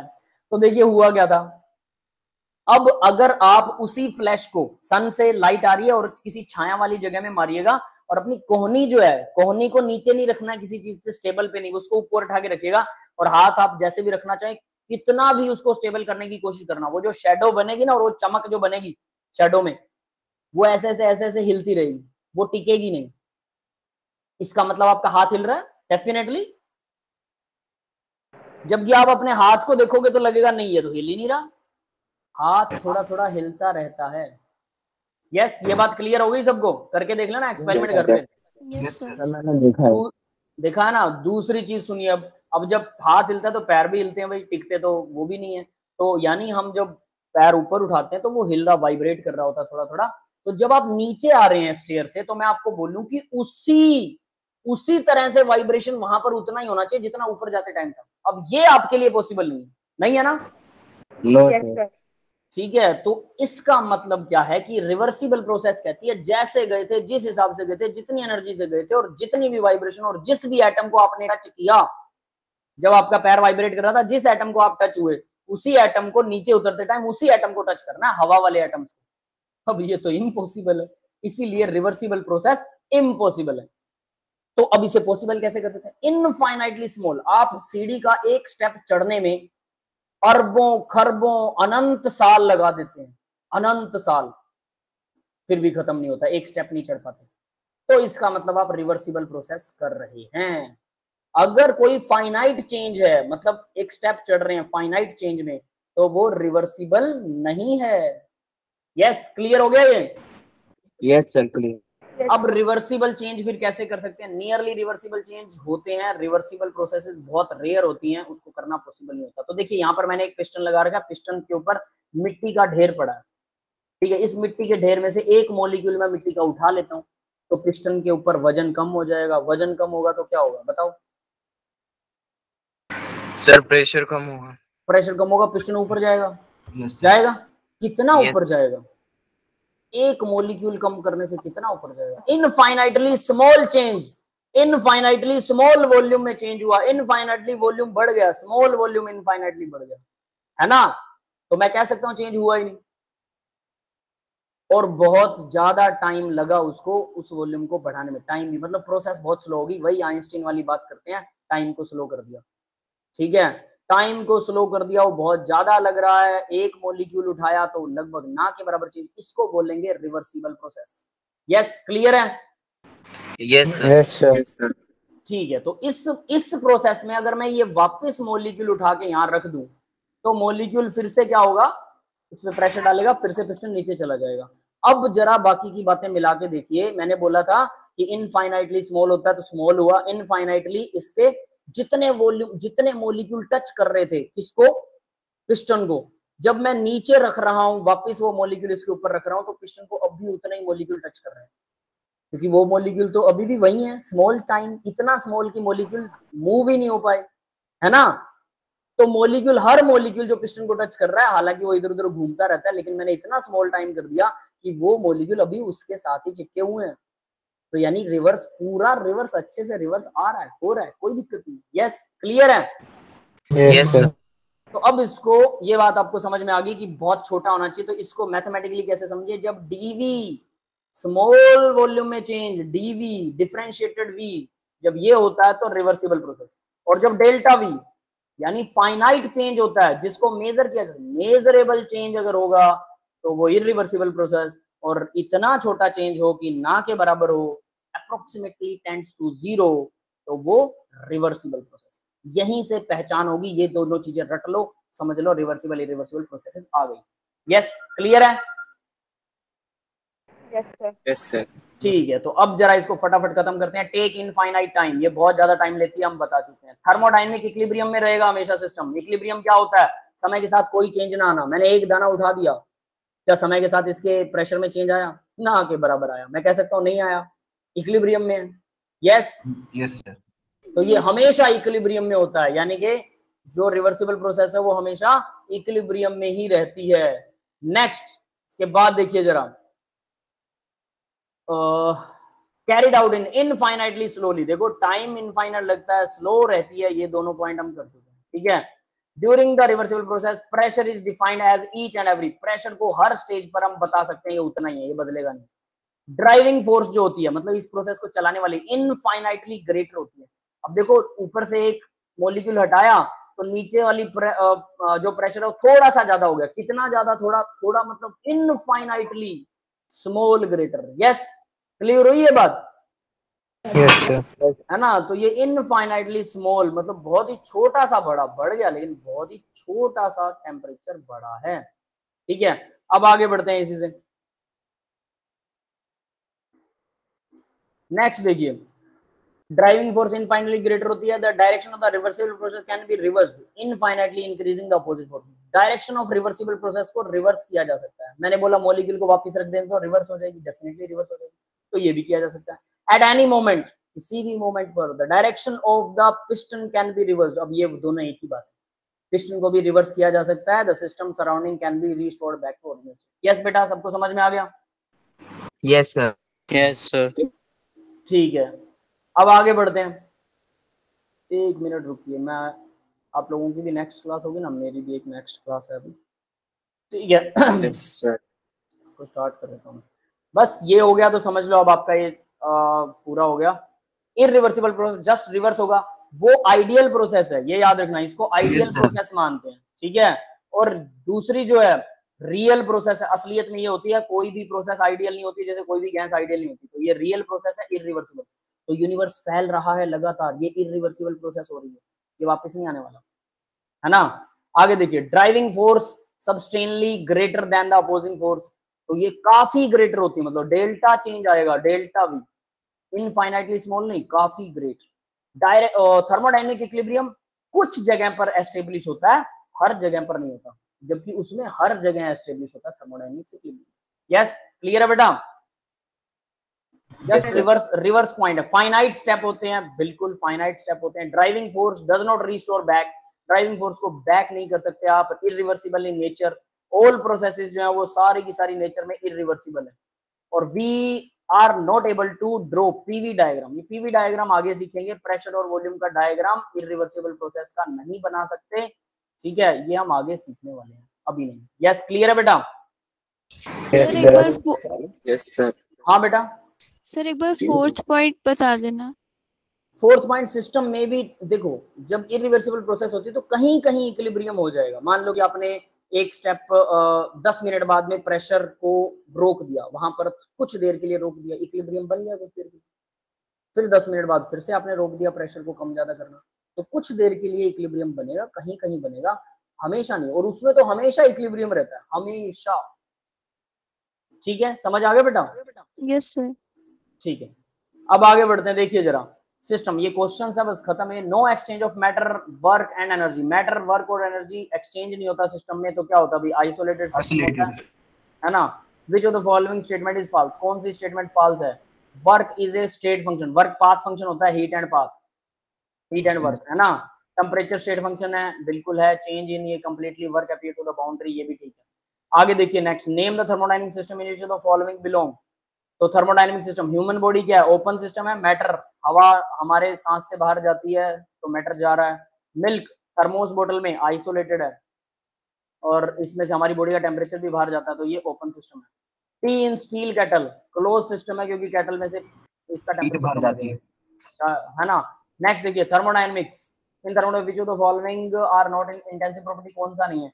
तो भाई देखो सी, वॉल्यूम इंटेंसिव प्रॉपर्टी है, एक्सटेंसिव है, हाफ हो जाता है। इसके अलावा प्रेशर इंटेंसिव है, टेम्परेचर इंटेंसिव है, डेंसिटी इंटेंसिव, क्योंकि डेंसिटी मास बाय वॉल्यूम होती है, तो मास बाय वॉल्यूम का रेशो हमेशा सेम रहता है, कुछ भी कर लो, तो इसलिए वो भी इंटेंसिव प्रॉपर्टी है। यस, क्लियर है बेटा? नेक्स्ट क्वेश्चन देखिए, आइडेंटिफाई द फॉलोइंग। तो देखो भी स्टेट फंक्शन आइडेंटिफाई करना है, सारे स्टेट फंक्शन है। पाथ क्या होता है? वर्क है पाथ फंक्शन, और हीट है पाथ फंक्शन, इनको छोड़ दो, बाकी सब स्टेट। ठीक है, that's all for the today's lecture guys. अब मैं आपका रिकॉर्डिंग ऑफ कर रहा हूँ, किसी को कुछ पूछना है तो पूछ सकते हैं। डाउट्स, किसी को डाउट है भाई?